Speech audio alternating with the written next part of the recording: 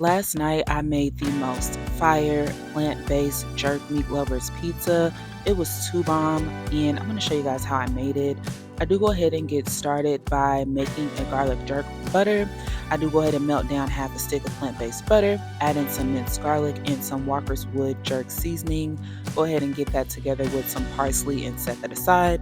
In that same skillet, I go ahead and heat up some jackfruit that I season up and also hit with some of that jerk seasoning. And then once we have that ready, we're going to get started by pressing out our dough. I'm using a vegan dough that I did get from Trader Joe's, and it also has a garlic and herb seasoning in it. I spread out that jerk garlic butter I made, top it with a little bit of pizza sauce and some Daya cheese shreds. Again, that new formula for the Daya cheese is the GOAT. I had meal prepped some vegan walnut meat earlier in the week, so I put that on there.